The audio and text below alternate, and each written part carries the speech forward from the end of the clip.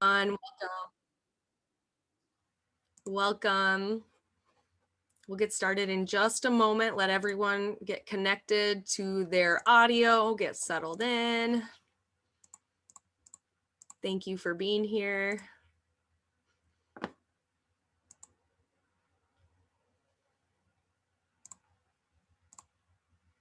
right, looks like everyone's getting connected. Okay. Welcome, everyone. Thank you for joining us this afternoon. My name is Jenna Zimsloni, and I'm the Regional ACEs Training Coordinator for Northern Minnesota.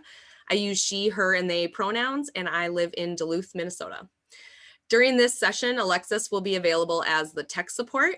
You can direct message her at tech support into the chat for any troubleshooting issues. If you have any questions as we go along, please put them in the chat and we will get to them at various points in the presentation. This session is called Understanding and Breaking Legacies of Stress and will cover the following.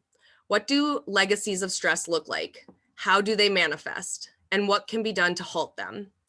In this talk, Dr. Diaz will discuss how stress takes root in individuals directly exposed and takes flight in their descendants. We will discuss how the science of epigenetics sheds light on how such legacies of stress manifest. We will end with optimism that these legacies can be halted. The session will be facilitated by Dr. Brian Diaz, assistant professor from the Developmental Neuroscience and Neurogenetics program at the Saban Research Institute, the Division of Research on Children, Youth, and Families at Children's Hospital, Los Angeles, and the Department of Pediatrics, USC Keck School of Medicine. Dr. Diaz's research seeks to understand how mammalian neurobiology, physiology, and reproductive biology is impacted by stress or trauma, and how parental legacies of stress or trauma influence offspring. Armed with this understanding, Dr. Diaz and his team aim to devise therapeutic interventions to ameliorate the effects of stress or trauma in both ancestral and descendant populations. Toward this goal, Dr. Diaz uses molecular, cellular, genetic, epigenetic, physiological, and behavioral approaches to investigate how the biology of an organism and its responsiveness to stress or trauma is influenced by microenvironments such as genome, epigenome, and hormones, and macroenvironments, ancestral, in utero, and postnatal experiences. Among other outlets, Dr. Diaz's work has been featured in Nature, on BBC, in a list of the 10 most important discoveries of 2014 published by La Recherche magazine. And most recently, Dr. Diaz was quoted in articles about the legacy of trauma and the neurobiology of family separation and gave a TEDx talk on halting legacies of trauma. It is our great honor to introduce Dr. Diaz for this year's keynote. Dr. Diaz? Thank you, Jenna. Good afternoon, everyone, or good morning, wherever you are. Morning for me. So I want to begin, of course, by thanking Emily and the team for extending me this invitation to share some of the work that we've been doing over the past few years, but also to share what the epigenetic community is thinking about when we think about legacies of stress and trauma as they perpetuate across generations. I should also say that I'm extremely humbled to be talking to all of you today, because it is all of you, community advocates, social workers, policymakers, who are the real agents of change. And I just hope that some of the information that I can provide to you today adds to the pieces of the jigsaw puzzle, which will allow us to become our whole selves and halt legacies of trauma, both in our own lives, in the lives of our family and friends, and in the lives of our communities. And so, with that said, I do need to begin by mentioning that there will be disturbing imagery and dialogue as part of this talk. And so, should that be a trigger, please hop off ASAP. In a piece called On Children, Khalil Gibran, the Lebanese-American poet, writes, "And a woman who held a babe against her bosom said, 'Speak to us of children.' And he said, your children are not your children. They're the sons and daughters of life's longing for itself. You may strive to be like them, but seek not to make them like you. For life goes not backward, nor tarries with yesterday. You are the bows from which your children as living arrows are sent forth. Let your bending in the archer's hand be for gladness, for even as he loves the arrow that flies, so he loves also the bow that is stable. What I'm going to share with you today are data from modern neuroscience, historical events, and data collected in the aftermath of those events, suggesting that experiencing traumatic events profoundly influences the generation that's directly exposed to those events, in many ways destabilizing the bows from which the children as living arrows are sent forth. And not only is that generation that's directly exposed to these events affected, but also future generations are affected, thereby suggesting that in several ways, the haunting legacies of trauma and stress actually do tarry back to yesterday and remind us of what happened yesterday, as opposed to what the future may hold. So take, for example, Rachel Yehuda's work. Rachel's shown that babies who were in utero at the time that their mothers directly experienced the 9/11 terrorist attacks and developed post-traumatic stress disorder had lower levels of cortisol, the stress hormone, at age 1 compared to a comparable cohort of babies whose mothers experienced the 9/11 terrorist attacks but did not develop PTSD themselves. And why this is important is because Rachel's group had also shown in the past that descendants of Holocaust survivors, even if those descendants had not experienced the Holocaust themselves, had lower cortisol levels, which resulted in a higher incidence of PTSD and anxiety. Then you have work by Tanya Jovanovich's group, who's shown that children born to mothers who were abused, and that abuse could have happened even before those children were conceived. When these children are brought into the laboratory, they present with higher anxiety and depression-like metrics compared to a comparable cohort of children born to mothers who were not abused. And then, of course, we know across history that nutritional environments, be they occurring during World War II, like the Dutch hunger winter, famines that have occurred in Sweden, the ice storm, which happened in Canada in 1999, all of those nutritional impoverishments not only affect the generation that's directly exposed, but also future generations, resulting in a higher incidence of obesity, diabetes, schizophrenia in the generations that might not have directly experienced these nutritional insults, but future generations. And so what I want us to do today is think about, of course, how do we halt these legacies of trauma within the generation that's directly exposed, and then also across generations. My talk is going to be split up into 3 parts. In the first part, I'm going to talk about what do legacies of trauma look like? And the theme for that section of the talk is going to be diversity and inclusion. And I'll explain more about that in a bit. In the second section, we're going to talk about how legacies of trauma perpetuate across generations. And here I want to fixate on the words epigenetic memory. And again, I'll explain that to you when we go into that section.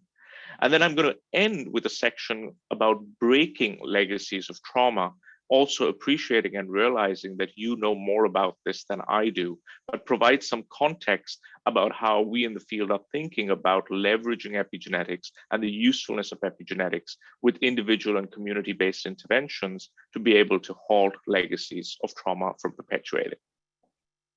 I, of course, now don't do too much of this work, and so I want to give credit where credit is due. This is my small but growing lab. I just moved from Emory University in Atlanta, and all of our funding sources, and it's really their shoulders that I stand on. And a lot of the work, if I'm talking about our work that we've been doing over the years, I'm going to be talking about work from 3 individuals.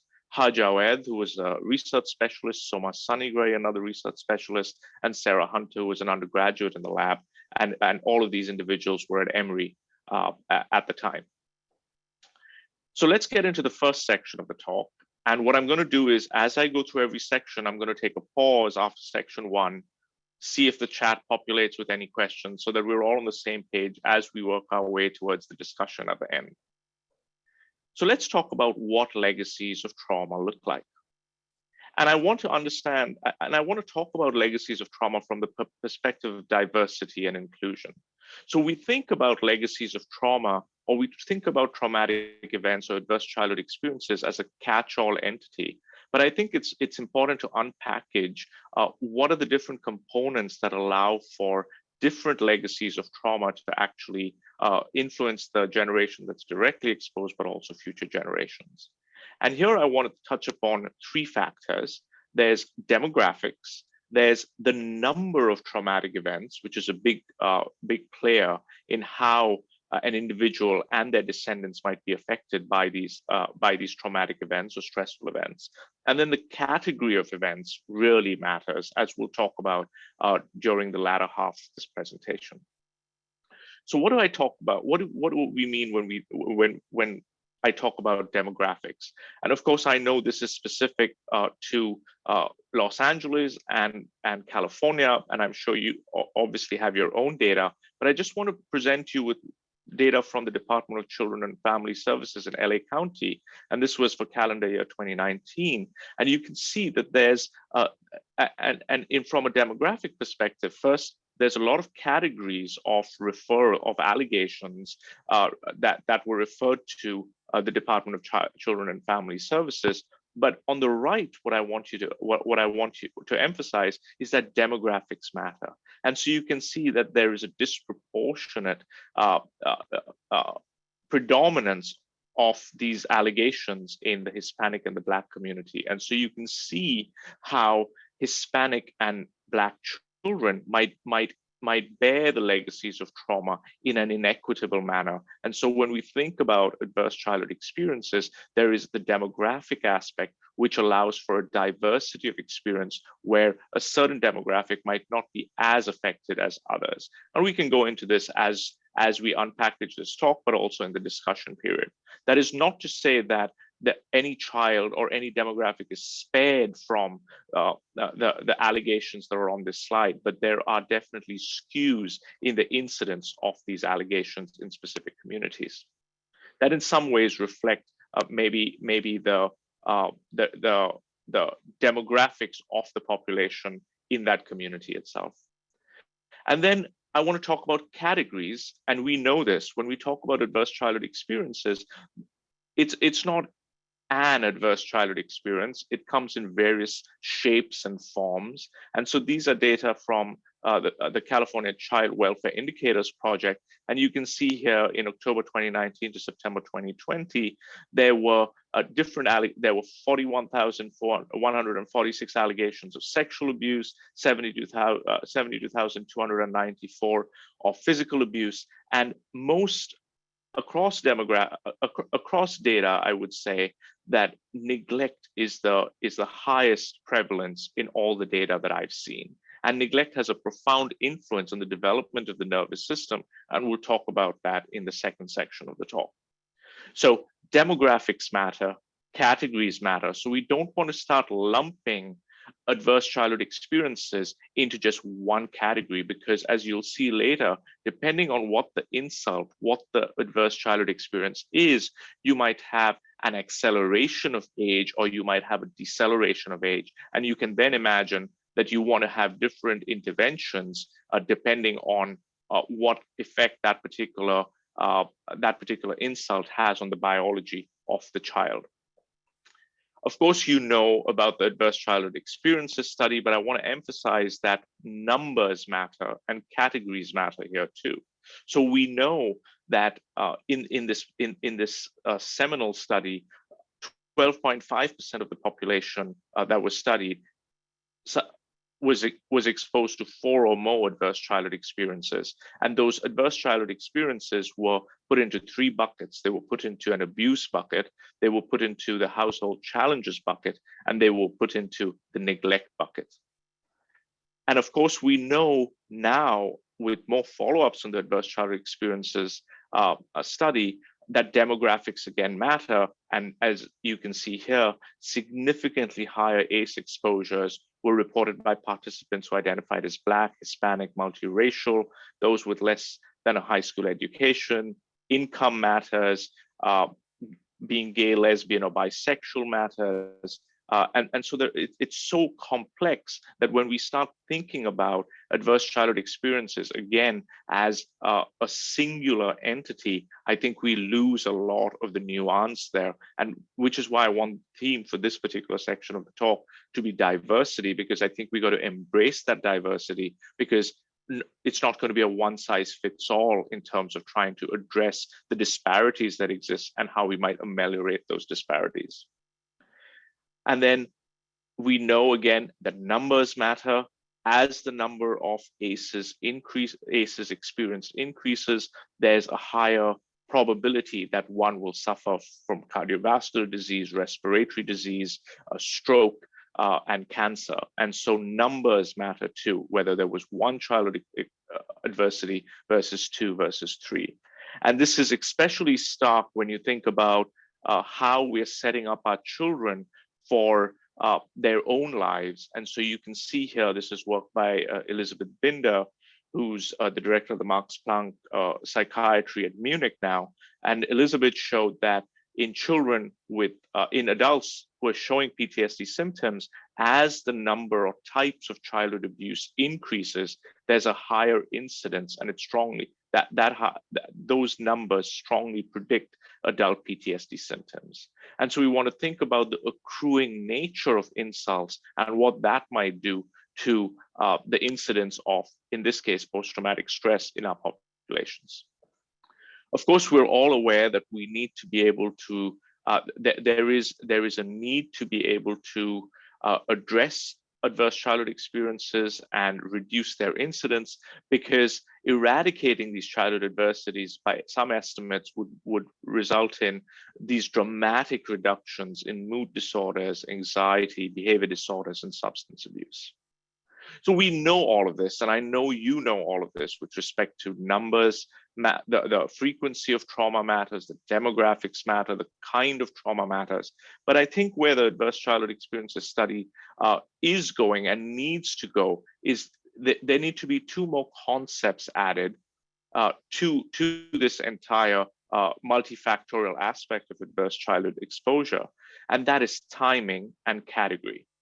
So when we think about timing, the timing of the adverse childhood exposure matters. So we know that a child could be affected in adolescence, it could be affected in infancy, it could be affected as a fetus. But what I want to also add to this list is that it could be affected preconceptionally, because the sperm and egg, and this is where the epigenetics part may come in the second section of the talk, but sperm and egg might bear imprints of an adverse childhood experience, thereby setting up the embryo then to develop one way versus another, and you now have a legacy of trauma that is inherited across generations. And that, to my mind, is not part of the lexicon, is not part of the vocabulary or a factor that we think about when we think about adverse childhood experiences.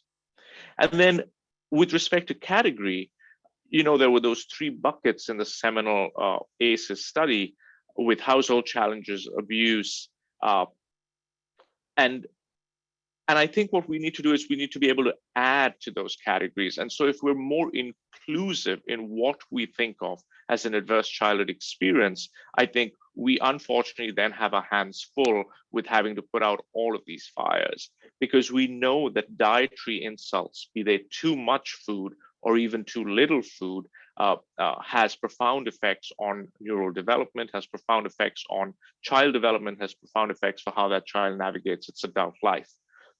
You have an immune insult by way of maternal immune activation. So if mom is sick during pregnancy, given a bunch of antibiotics, or when mom is sick, her immune response will respond in an appropriate way, but the effect that has on a fetus has a profound effect. And thinking of that as an adverse childhood experience needs to be included in part of our discussions. And then chemical toxins, be they endocrine disruptors or particulate matter. In California, it's the wildfires, and we think about that a lot, and how that particulate matter can actually affect the development of respiratory conditions like asthma and how that might affect how a child actually starts navigating its own life. And so I just wanted to throw these two particular concepts out there with thinking about and including preconceptional influences on sperm and egg as part of a timing of adverse childhood experiences, and also expanding what we consider to be an adverse childhood experience. So with that, I want to take a pause here to see if there's anything that pops up in the chat with respect to this first section of the talk, which is understanding what do legacies of trauma look like, and how those legacies and how we might think about diversity and inclusion from the purpose of that phenomenon of legacies of trauma. So any questions? And perfectly fine if not, but I want us all to be on the same page as I walk towards the end of this talk. There don't appear to be any questions in the chat right at this moment, but please feel free to put questions in the chat.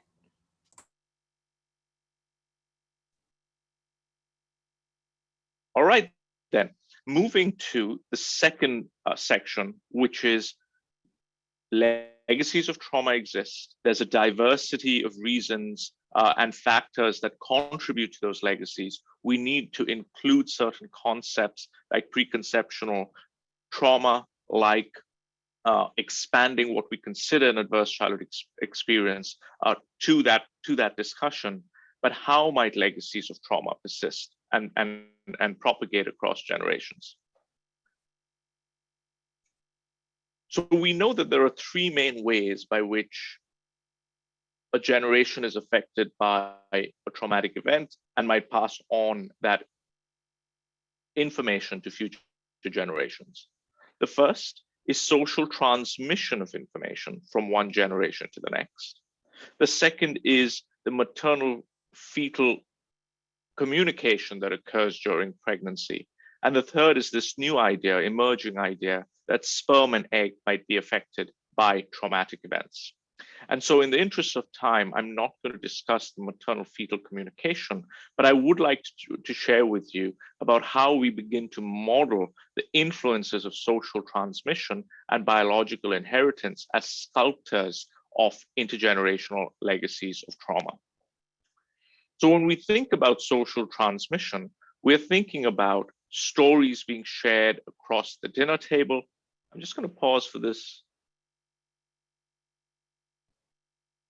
There's a question in the chat. If a mother has extreme anxiety during pregnancy, does that cause anxiety issues in that child, or would it show in other ways? So maybe I'll take that question when I pause in the interim of this particular section, because I think I'll be able to answer that then.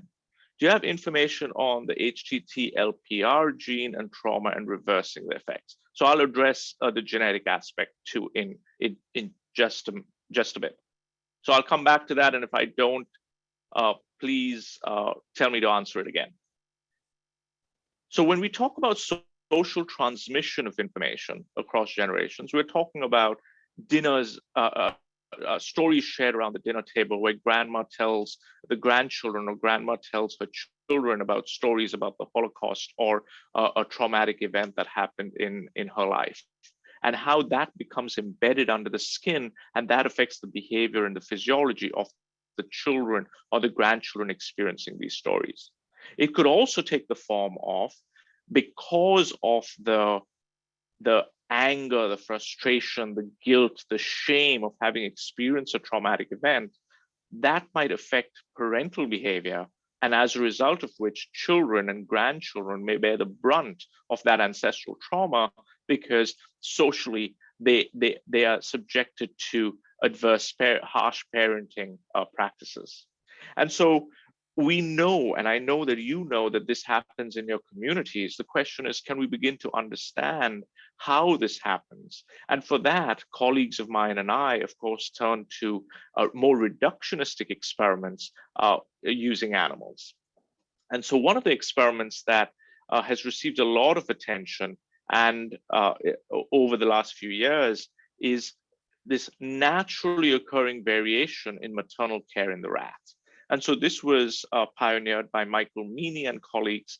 And what they did was they rat mums, just like human mums, some of them will be extremely attentive to their children, to the rat pups, and others will not. And so what I'm calling good maternal care here is just a catch-all phrase, but really it is maternal care which they provide something called high licking, grooming, and archback nursing. So a lot of attentiveness to the pups when they're growing up, versus an animal which shows low licking, grooming, and archback nursing. And what Michael and colleagues have shown over the years is that a pup who is raised by a mother who gives it a lot of attentive care then goes on to become extremely well adjusted when stressed in its own life as an adult or as an adolescent. And so it doesn't mount as high of a stress response. It adapts to novel environments much quicker than other animals. But a pup that was raised by a mother who provided low licking, grooming, and archback nursing was less attentive. That pup, in its own life, when exposed to a stressor, will mount a higher stress response. It'll take a lot longer to be able to adapt to that, to a novel environment, and it'll show depressive and anxiety-like symptoms. Not all the pups, but some of them.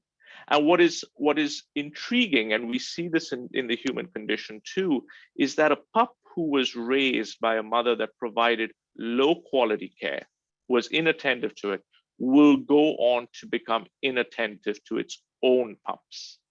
And a pup that was raised by a rat mother who provided high attentiveness in terms of parental care will go on to now raise its own pups with high attentiveness.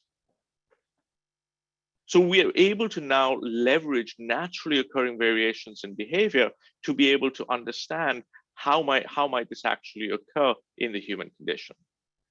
Another example that comes to us, pioneered by Tali Baram and colleagues, is this phenomenon of called fragmented maternal care, or protocol called fragmented maternal care. So what Tali and her group do is they take a mouse, and when she gives birth, they put a wire mesh on top of the bedding in that cage, and they give her half a nestlet, which means that she has less material to build a nest with. So this is an environment of scarcity, and this is an environment of discomfort. So they're trying to model aspects that sociologists and you in the community have seen with respect to some of the communities that you work with.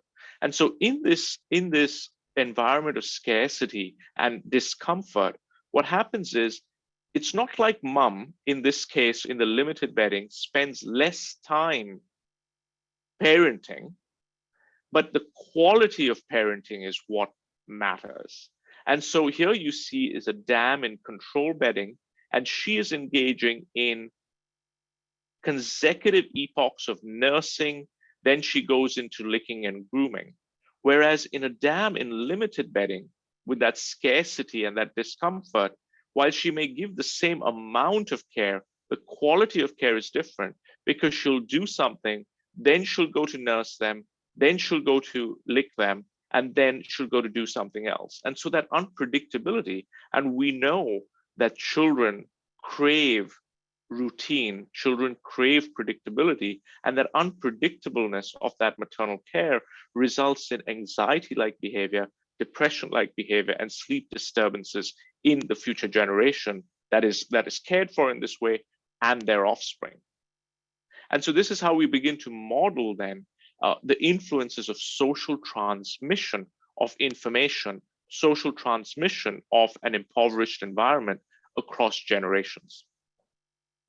Remember, I talked to you about three main ways by which legacies of trauma perpetuate: social transmission, the maternal fetal communication, and biological inheritance via sperm and egg. So I talked to you about social transmission. I'm now going to talk to you about biological inheritance. And biological inheritance is this idea that sperm and egg might be affected by a stressor or a traumatic event. But how do we pass that out in the human condition? That's really tough to do, because we're such social beings. We need parental behavior to make us flourish. And so it's difficult to disentangle social transmission from biological inheritance as a contributor to a legacy of trauma or stress. And so here I'm showing you work from Isabel Mansui, but there's also beautiful work from Tracy Bale and colleagues. And what in some ways, the experimental protocol is you take a mouse, in this case, Isabel is subjecting these pups, these mouse pups, to something called maternal separation and maternal unpredictable stress. So she's stressing the mom and she's removing the pups from the mom for a particular period of time. And then the pups are put back, they go on to have their babies, and what they find is that several generations removed from this initial stressor, from this initial maternal separation and maternal unpredictable stress protocol, the offspring have anxiety-like behavior and depression-like behavior when tested in the laboratory.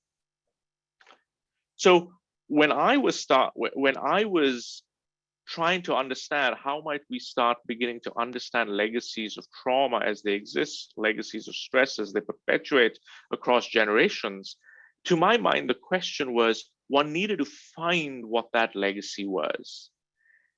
And as incredible as these rodent experiments that I've just talked to you are, to my mind, where do you look for the legacy of maternal separation if you want to understand mechanism? And that is key, if you want to understand mechanism. So to me, it was looking for a needle in a haystack. And so one needed to be able to shrink the haystack and make the needle that you were looking for much bigger. And so for that purpose, I decided to focus on the power of smell in the rodent. And the reason to focus on the power of smell is that you and I smell just like a rodent does. This is the rodent olfactory system. This is how they smell. We have sensory neurons in the nose, and those sensory neurons send their axons, send their wires into the brain, and they meet at a place called the olfactory bulb. Now, in the genome, in our DNA, you have 1,000 different genes that could make an odorant receptor. The odorant receptor is, of course, that lock to which the odor molecule, the smell molecules in the environment are the key to, and they will go and bind onto these receptors, and you get the perceptive smell. But what's amazing is that of all the colors of the rainbow that this olfactory sensory neuron could express an odorant receptor for, it only expresses the red odorant receptor. Of all the colors of the rainbow that this olfactory neuron could express, it only expresses orange. And then wherever olfactory sensory neurons that express red reside on in the olfactory epithelium, and they all send their axons into the brain and they converge at a place called the glomerulus. And why this is important is because we have mice in the laboratory that you can stain specific olfactory sensory neurons. So for example, here I'm staining olfactory sensory neurons that express the M71 receptor. And the reason why that is important is because we know that particular smells like acetophenone, now popularized as cherry blossom, activates the M71 olfactory sensory neurons, but propanol does not. And so remember, the goal is to try and understand how does a legacy of stress move from one generation to the next. And so here we're using the power of smell to be able to tag a stressor in one generation using smell or olfaction. And then because that olfactory system has a functional and structural specificity that I just talked to you about, we can then ask about the next generation of mice and say, if the fathers or the mothers had a particular stressful experience with an odor, how do the future generations respond to that odor? And then because we know which odorant receptors are influenced, are activated by the smells that we use, might the genes that encode for those odorant receptors bear the influences of that ancestral stress? I hope that's clear. And so to make it a little more clearer, this is the experimental protocol. So we take mice, we administer odors and very mild foot shocks. And so that's unpleasant for the mice. It's not painful, it's unpleasant. And then we wait for some time, allow for mating, and test the descendant generations. And what we find is that when we tag a stress in one generation using smell, we can follow it in offspring. So what we find in offspring is that that future offspring, which is born to a father in this case, that was stressed with a particular odor, that future offspring has a sensitivity to that odor, whether it was a cherry blossom or we do other odors as well. And there's an enhancement in olfactory neuroanatomy, which means that the brain devotes more real estate towards processing that particular smell. And so we wanted to understand now, how is this happening? And so we talked a little bit about social transmission versus biological inheritance. So could the male mouse, while mating with the female, have conveyed some information via mating that then gave us all of those effects?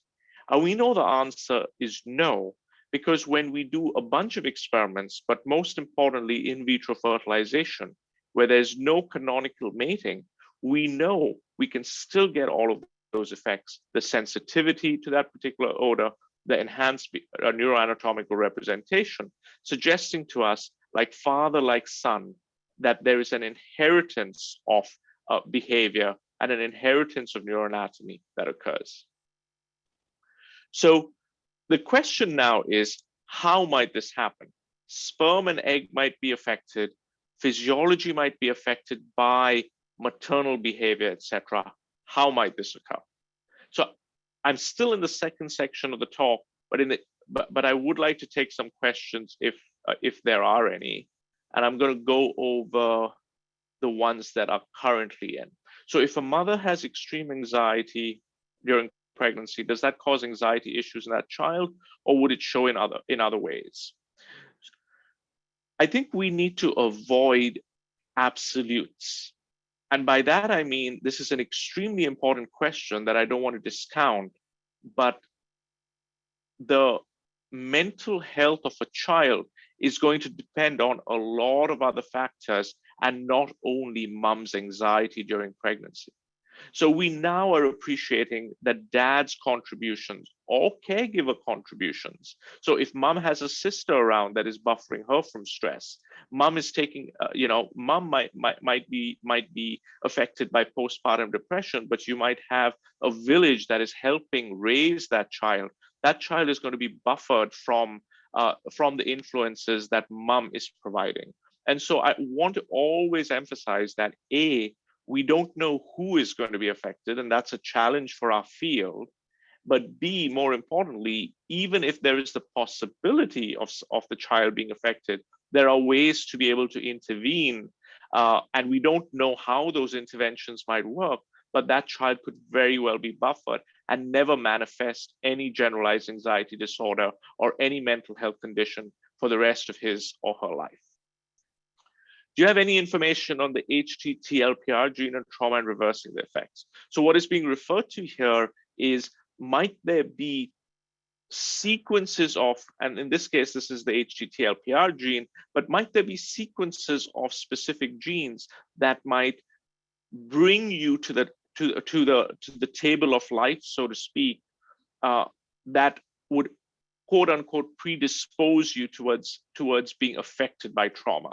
And there are some instances where the serotonin transporter, for example, there are the chaperone proteins, stress chaperone proteins that would allow for that interaction to occur, but those don't explain a big part of the variance with respect to trauma responsiveness.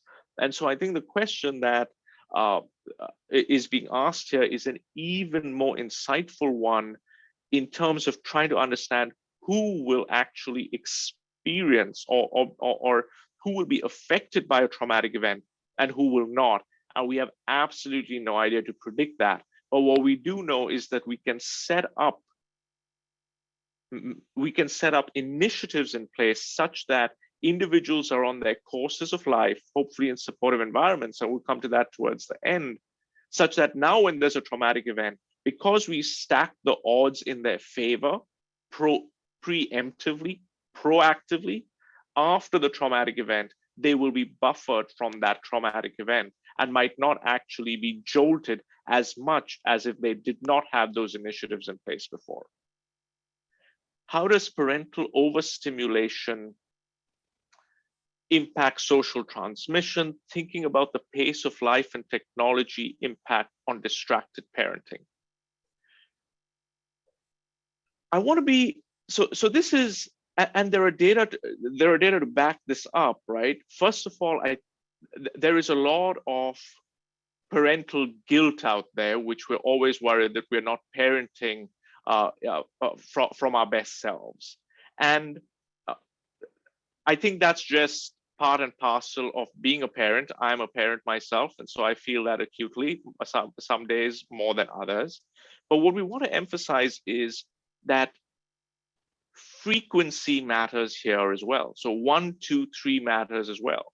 So if a parent is constantly distracted, then that's on one end of the spectrum. Whereas a parent is completely present all the time and helicoptering, that's on another side of the spectrum.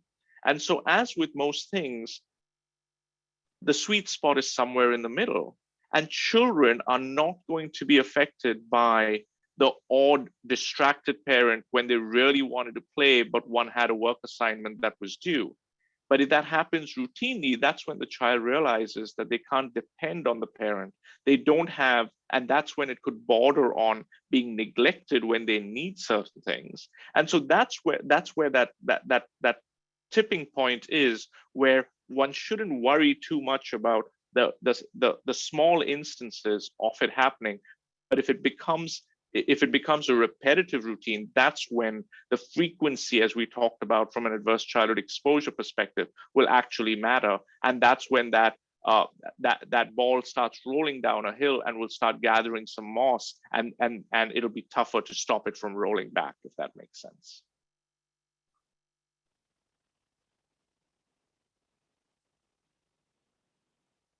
All right, so I hope you're following with me thus far. But what I talked to you about is, we talked about what legacies of trauma and stress look like, that it's extremely diverse. There needs to be an inclusive language to bring in new aspects to the conversation about adverse childhood experiences. And we've talked about how via social transmission and biological inheritance, I haven't talked to you about paternal fetal communication, how biological inheritance and social transmission allow for stressors in one generation to affect not only that generation, but also future generations. So the question now becomes, how is this happening? And really, I think my main contribution to this conversation in an audience where, as I said, all of you are the change agents. And so I want to focus on this idea of epigenetic memory. So I want you to think of your DNA as a book that can be read in a myriad of ways. And so if you read that book one way, or if someone is reading it to you in a particular way, you're going to get one meaning and you're going to be taken to a particular place, as opposed to if David Attenborough is going to be reading that book to you in his accent and reading it with different intonation, you're going to get a completely different meaning. And so also our DNA is that book of life. And depending on that meaning, you can get an interpretation that could be drastically different. So take, for example, this sign. And I want you to take a moment to read it. It's got a rather ominous interpretation or message for the reader. But now you take the same sign and all you do is put a strategically placed and much needed full stop, and it changes the entire meaning. And so also I want you to think of our DNA as that book, which can be read in different ways. And so within you and I are these molecules called readers, writers, and erasers. And these readers, writers, and erasers are putting the equivalent of full stops, commas, highlights, whiteouts on our book of life that allows for certain genes to be read or not. So you could have something called DNA methylation, where methyl groups are added on DNA. You could have histone modifications, where the proteins around which DNA is wound could be modified in particular ways. So you could have a gene that is available to be read or not, a part of the book available to be read or not. Or you could have RNA modifications as well. And in these modifications, which we call epigenetics now, because you're not changing the sequence of the genome, you're changing how that book is being read. Epigenetics serves as a bridge to link environmental experiences and our DNA.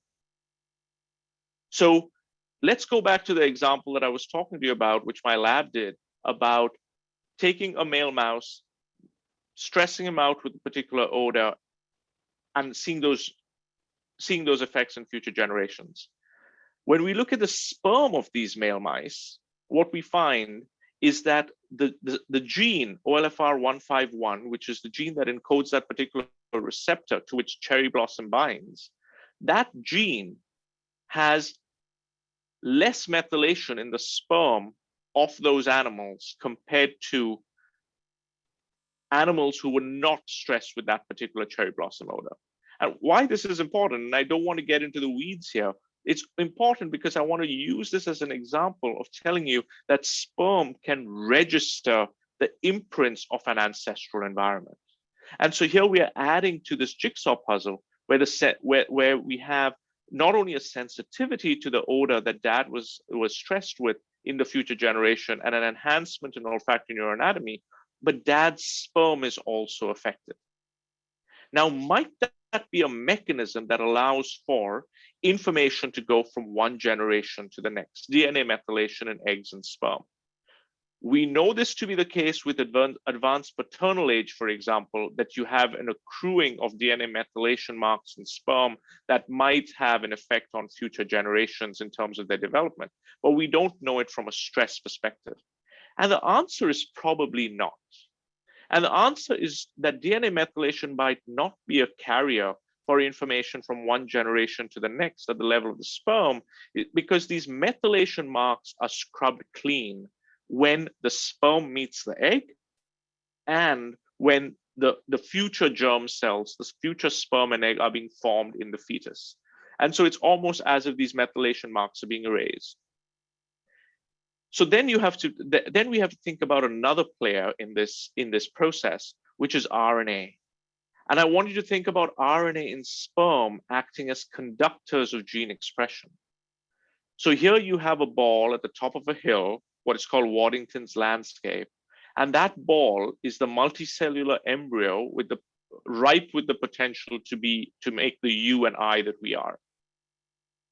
Depending on what RNA is found in that embryo, you could have the ball rolling down one side of the hill and you having one outcome or one mental state, or you could have the ball rolling down another side of the hill if you have another complement of RNA and the embryo developing in another way.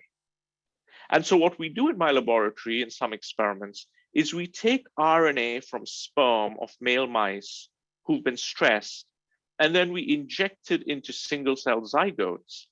And what we find is that that RNA in sperm is sufficient to be able to recapitulate all of our effects. So here I bring this up as an example because there are multiple studies now, some published much before us, which suggest that RNA in sperm are messengers of intergenerational influences of stress that allow for intergenerational legacies of stress to be inherited from one generation to the next.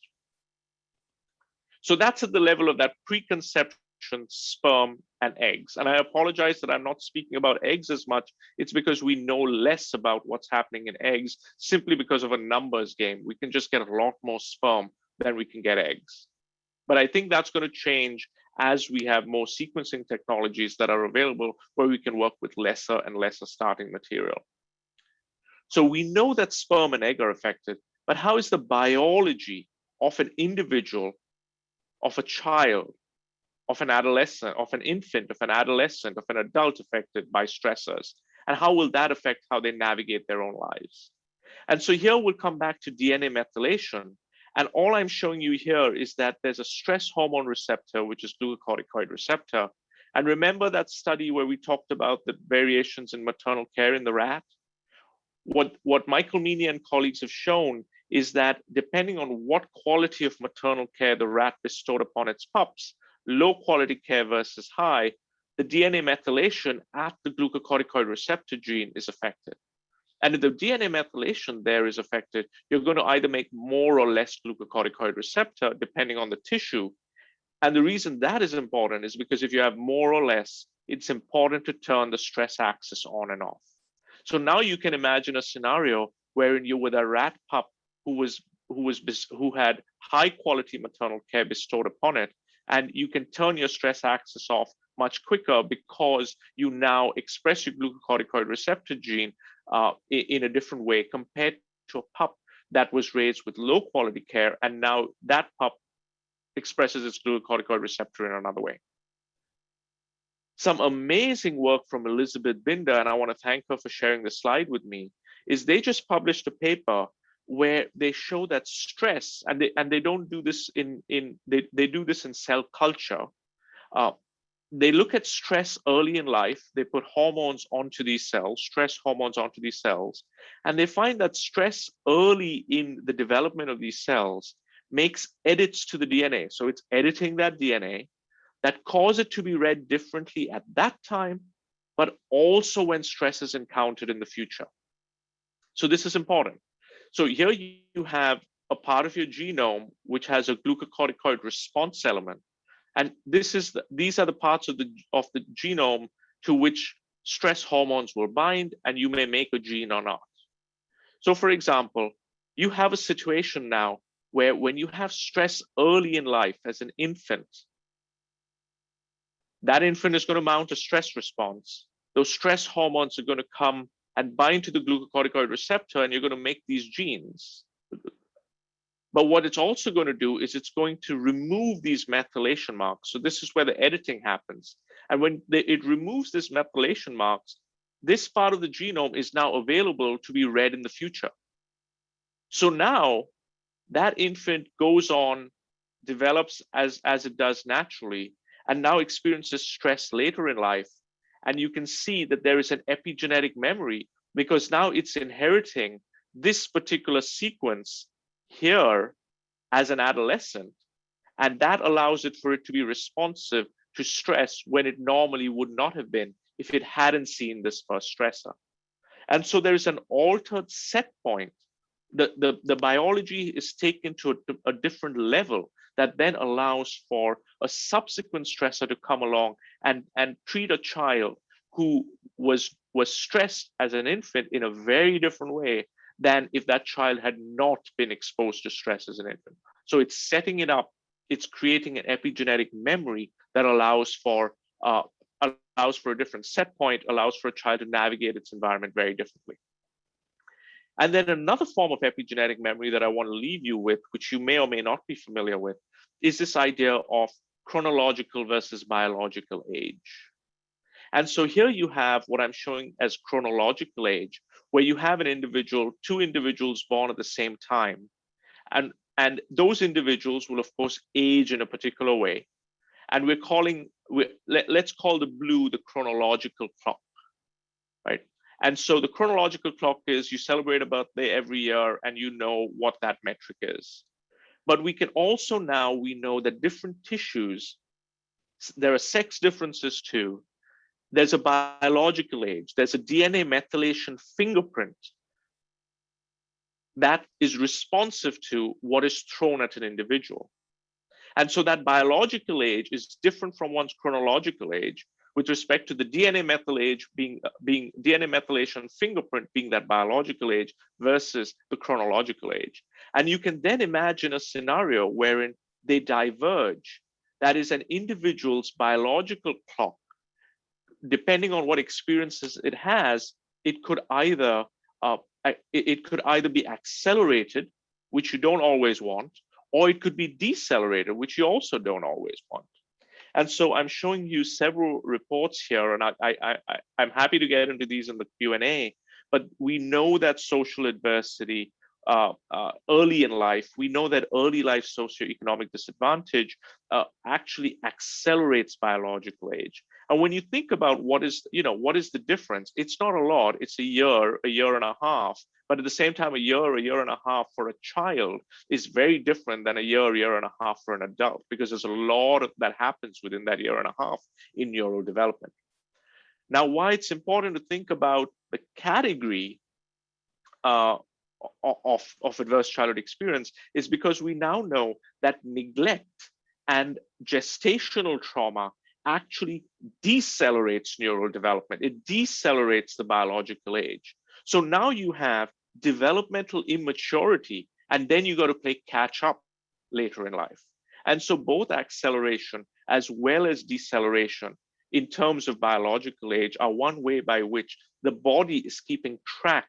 It has an epigenetic memory of what the societal exposures, what the nutritional exposures are doing to the biology of that individual.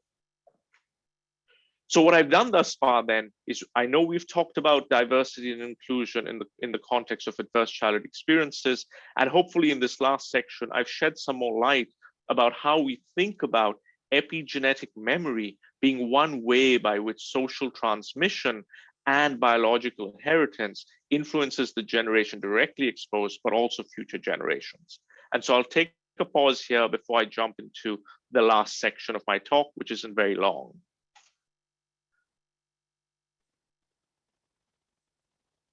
Is this why we see a correlation to autoimmune disease later in life? Again, the answer is nuanced. I don't know what is this why. If you could just maybe type what this is, whether it's stress in one generation or stress early in life versus at the progression to later. So I'll come back to that. If you could just explain that a little bit more. Are there any ideas on how many generations this epigenetic memory might carry through a stressless environment remain? Yes. That's such a provocative question. We don't know the answer to that. We don't know if stress constantly is pervasive, how many generations that might perpetuate to, because there's the opportunity, and this is where the optimism comes in this last section. There's the opportunity to be able to break those legacies, even if there's pervasive legacy at every stage of life. And so maybe if you still have that question, I'd be happy to answer it in a more nuanced way when we go to the third section of the talk. Stressors early in life having an onset to autoimmune diseases. There is some evidence to suggest that stressors early in life might result in that, but there's also so many other constellation of factors. There are hormonal changes during puberty. There might be environmental factors that come in with respect to chemical pollutants, as I said, exposures, and so we don't really know what might be causing that. And this is why it's really difficult to tell. When we talk about nature and nurture, it's obviously both of them. It's somewhere in the middle, genes and environment, but we don't know, what environment is going to trigger the underlying genetic, the underlying book of life to be read in a particular way that will then result in an autoimmune disease. So in this last part of the talk, I'm going to focus on breaks. And here I'm actually venturing into territory that you know a lot more than I do, but let's work on this together. So is there a silver lining? Is the die cast? Is it gloom and doom if one generation is experiencing stress and constantly experiencing stress based on the question, like the question that we were just asked? And the answer is absolutely not. The die is not cast. And the die is not cast because just as that book could be edited in one way by a particular experience, so also that book could be re-edited by other experiences. And in this re-editing is the ability to be able to halt legacies of trauma from perpetuating across generations. So what did we do in the mice? In mice, you can do a lot of things. And so what we did is we did what is called extinction training. So we took those same male mice who had been made fearful, who had been stressed with a particular odor, and we gave them the equivalent of cognitive behavioral therapy, which is we gave them extinction therapy, odor, odor, odor, odor, and now the mice decrease their fear towards that particular smell. And just that exposure, just that decrease in fear in the ancestral generation resulted in no longer the offspring having odor sensitivity, no longer having that enhancement in olfactory neuroanatomy, and that imprint in the F0 sperm in that father's sperm went away. So we know that we can intervene at an individual level to be able to halt legacies from propagating pre-conception. But you know this already, because you know this from a social transmission perspective, because there's enough and more data, and I'm thinking more of the Bucharest early intervention project here, where children were put into orphanages at the fall of the Ceausescu regime and given really abysmal social conditions in Romania. And those children, some of them were put into foster care, and that foster care was able to mitigate and buffer the derailment of neural development, behavior, and physiology in the children compared to children who weren't put into foster care. And what is remarkable is that even in the rat studies that I've been talking to you about, you can take a pup who was born to a mother who would have given it low quality care and cross-foster it, let it be raised by a mother who provides high quality care. And that rat pup now goes on to be well adjusted and will respond just fine to stress. And so environment matters a whole bunch, but what also matters is thinking that the die is not cast and there's a malleability, this is dynamic and we can change things. And so something that I go back to, and I want to thank Dr. Pat Levitt here, who's the CSO at the Saban, and who's on the Center of the Developing Child, on the developing part of the Center on the Developing Child at Harvard, where they've put out 3 core principles to try and have effective early childhood programs. And so those are: develop supportive, responsive relationships, strengthen life core skills, core life skills, reduce sources of stress, and by doing so in a dyadic environment, which is both the child and the parent together, you'll be able to buffer adults from stress, but also the future generations from stress. So what does that look like? And I want to couch this through an epigenetic lens. So for example, I know you know this, supportive caregiving can mitigate detrimental effects of early life stress. So we know that supportive parenting can buffer socioeconomic disparities in children's antisocial behavior. But we also know that teaching parents to be supportive and reducing harsh parenting actually prevents that epigenetic aging that I talked to you about. So that acceleration of aging that I talked to you about that occurs because of, in this case, racial discrimination, and in this case, risky family processes, that can be ameliorated by teaching parents, teaching caregivers how to bestow good quality care on the children. And then I find it instructive to play this video. It's about teaching parents to be parents, and I'm sure you know programs like this. I'll just play a little snippet of this before moving on to the last 3 slides.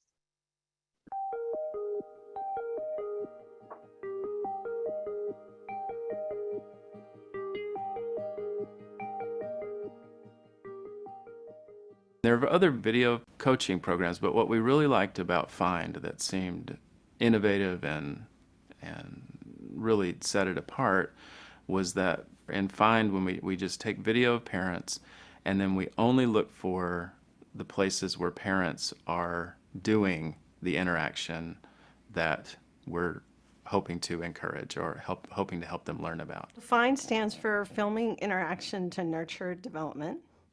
And we just go in with like a little flip camera and we watch, we say, just do what you do, wash dishes, play a game, have a snack. Whoops. Did I lose something here? Maybe.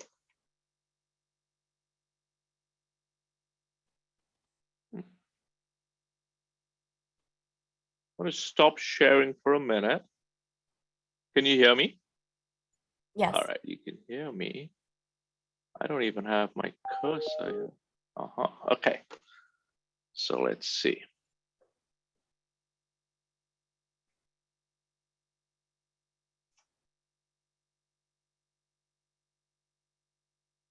Are you still seeing my slide? Yep. Great. So when we talk about what Find was saying is that that it's encouraging that positive reinforcement for parents where they're only engaging in strengthening that core skill of parenting, and that has ramifications for how they're going to parent their children and how their children will adjust to their own environments then. And so I'm showing you on this slide something that I think we don't, the literature, at least on the epigenetic side, is sparse.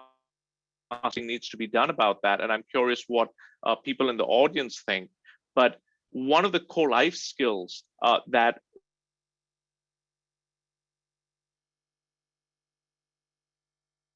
is, in thinking about how a growth mindset.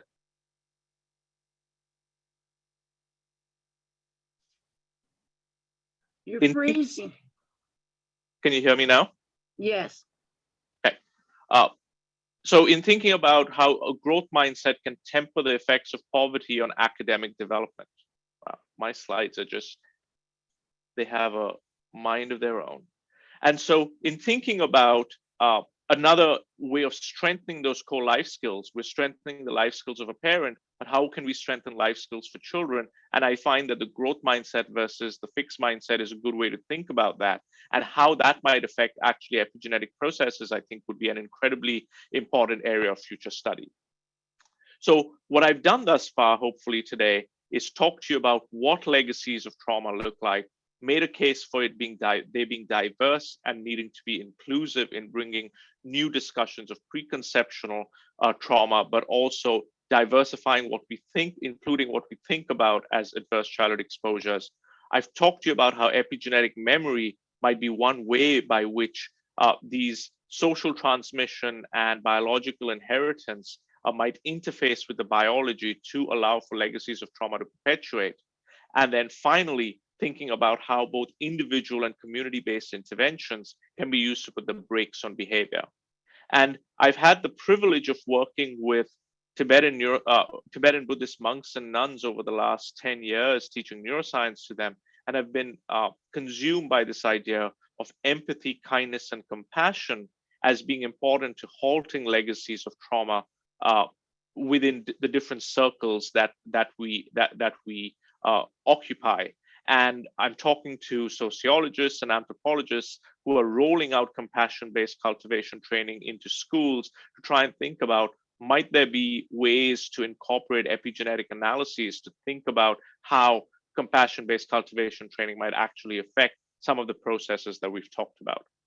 I find that there's a lot of shade thrown on other people's work these days. I don't believe these data. I don't believe that. This is my antidote to that. I stand on their shoulders. They inform and inspire my work. And with that, I'm happy to take any questions that you might have. And thank you once again for the invitation and your attention.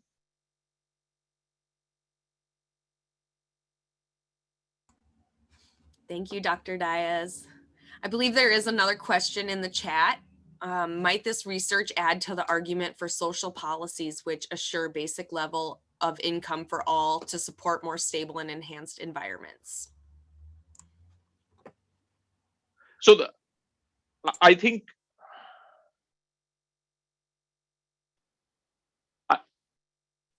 absolutely it does make I don't want to, this is more maybe your wheelhouse, the person who asked this question or people on this call. From a policy perspective, all that we can say is that supportive relationships and being supported and being proactive as opposed to reactive is what is going to halt legacies of trauma. So we can't halt legacies once the horse is bolted. So it's really tough to tame that horse once it's bolted. But it's easier to do if we can proactively have some mechanisms in place to foster caregivers, to foster school counselors, to foster coaches to have productive relationships with the children that they are engaging with and with other communities that they're engaging with. And so that's what I'll say about that.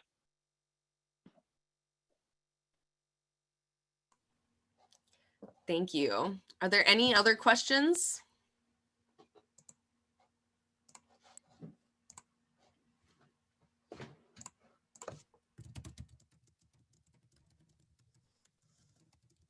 I think one that's come up a few times is if it's possible So the to. video will be as someone as you.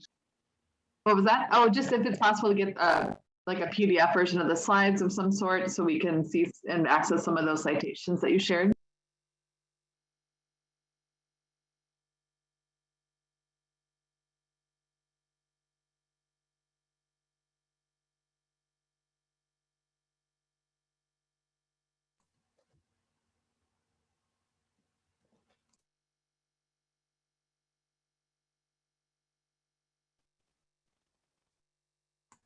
All Am I right. back? Yep. All right. I tell you, I would have thought that being at work would be better, but sorry about that. No worries.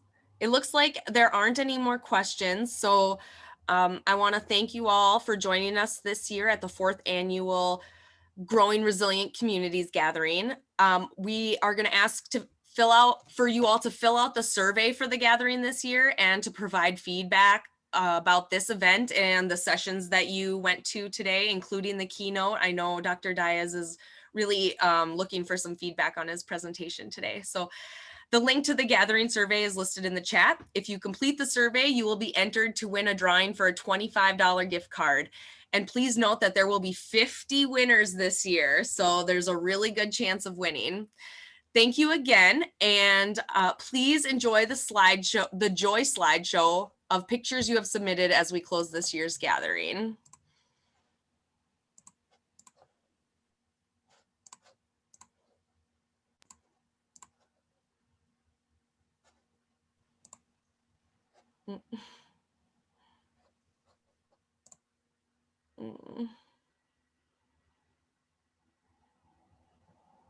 And now I'm mute or paused. Shoot.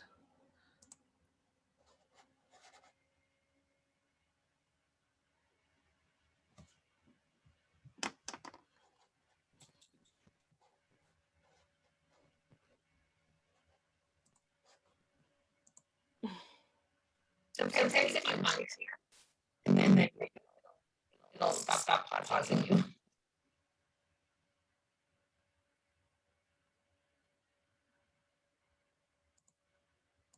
Oh, I'm sorry, everyone.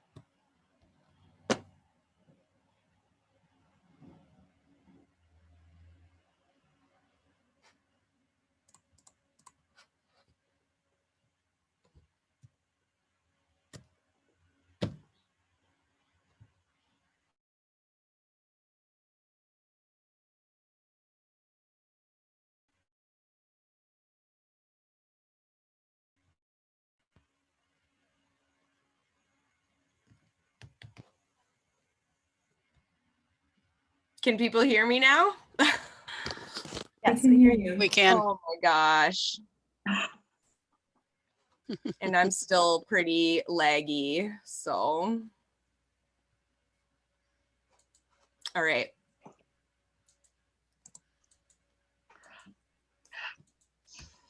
I don't know if it's gonna work. I keep being super laggy right now.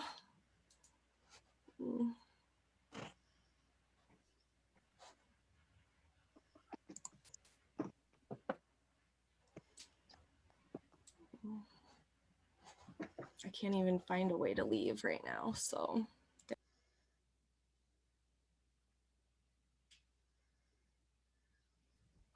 Well, we might just give it one more minute. If you're interested in seeing the closing slideshow, we'll see if Jenna can pop back on and maybe share that, because that was what we shared at the welcome. So anyway, we appreciate all of you for being here at the gathering of the last 2 days.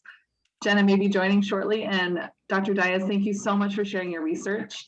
I think I didn't hear quite what you said about the slides, if that might be something available, or the links to some of the resources you shared. If so, we'd be happy to post any of those resources or links on our webpage, and people could certainly visit that after the event as well. So we'll just give it another minute if you're interested in sticking around to see if we can get the slideshow back up and running. The slideshow was really great when it was presented at the welcome. Made a few people teary-eyed. So we encourage you to stick on. Hopefully we can get it going.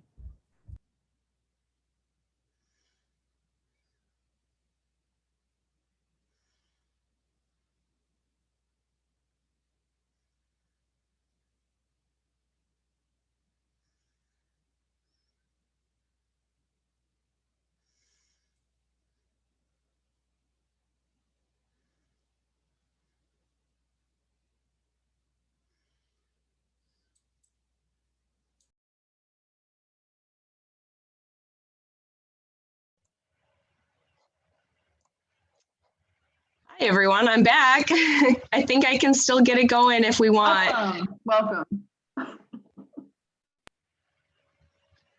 Let's try.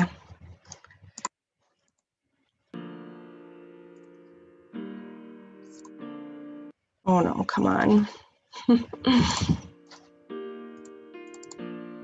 Shoot.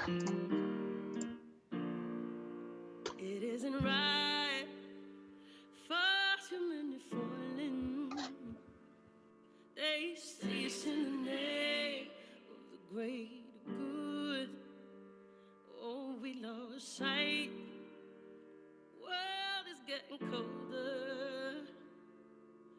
What happened to the words for which we once stood? I will stand for you. Would you stand for me?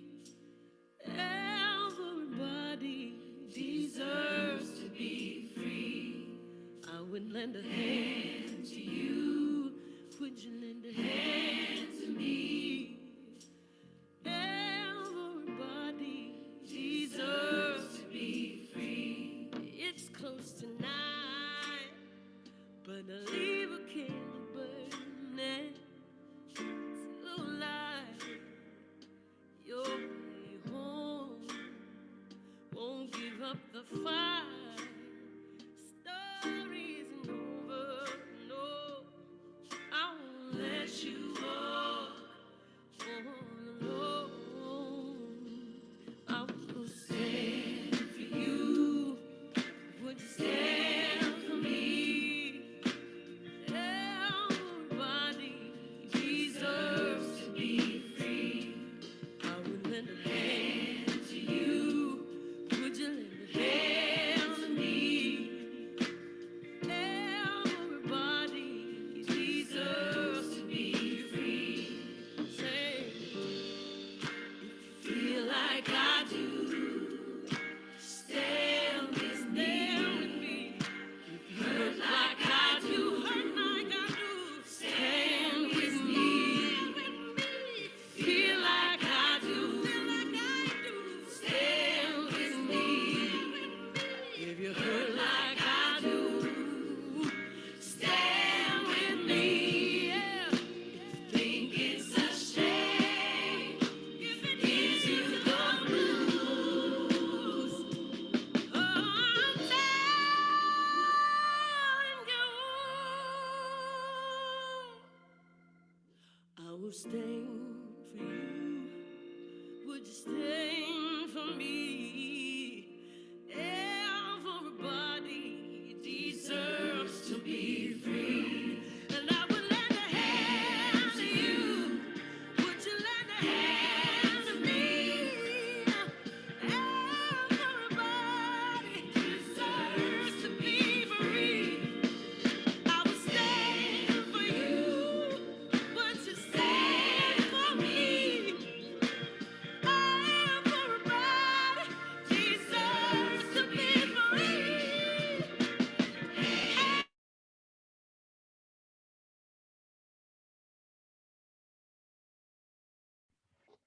Thanks, everyone. Thanks for showing a little beauty, Emily. Thanks, Christine. Good to see you. Yes.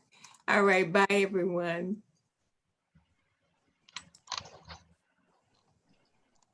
Hi, Christine.